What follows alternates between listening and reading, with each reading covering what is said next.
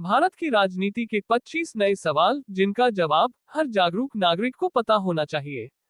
चलो शुरू करते हैं। सवाल 1, भारत का संविधान कब लागू हुआ?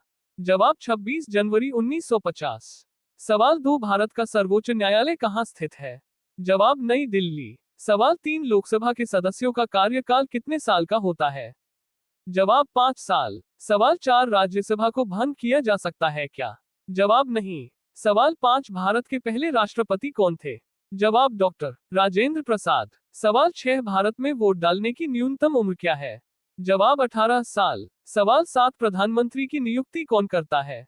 जवाब राष्ट्रपति। सवाल 8, संविधान का हृदय और आत्मा किसे कहा जाता है? जवाब संवैधानिक उपचार का अधिकार। सवाल 9, लोकसभा में अधिकतम कितने सदस्य हो सकते हैं? जवाब 552। सवाल 10, भारत का चुनाव आयोग कितने प्रकार के चुनाव करवाता है? जवाब लोकसभा, राज्यसभा, विधानसभा और राष्ट्रपति चुनाव।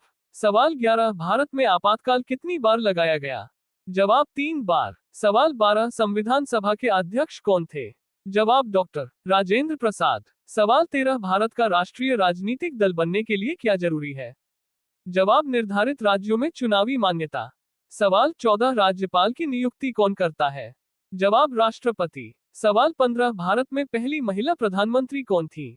जवाब इंदिरा गांधी। सवाल 16, लोकसभा का नेता कौन होता है? जवाब प्रधानमंत्री। सवाल 17, संविधान में कुल कितनी अनुसूचियां हैं? जवाब 12। सवाल 18, भारत के संविधान निर्माता किसे कहा जाता है? जवाब डॉक्टर भीमराव अंबेडकर। सवाल 19, राष्ट्रपति बनने के लिए न्यूनतम उम्र कितनी होनी चाहिए? जवाब 35 वर्ष। सवाल 20, भारत में कानून बनाने का मुख्य काम किसका है?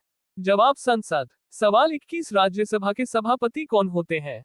जवाब उपराष्ट्रपति। सवाल 22, भारतीय संसद के कितने सदन हैं?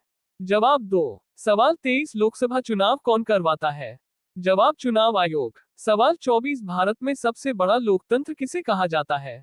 जवाब भारत को। सवाल 25, संविधान दिवस कब मनाया जाता है?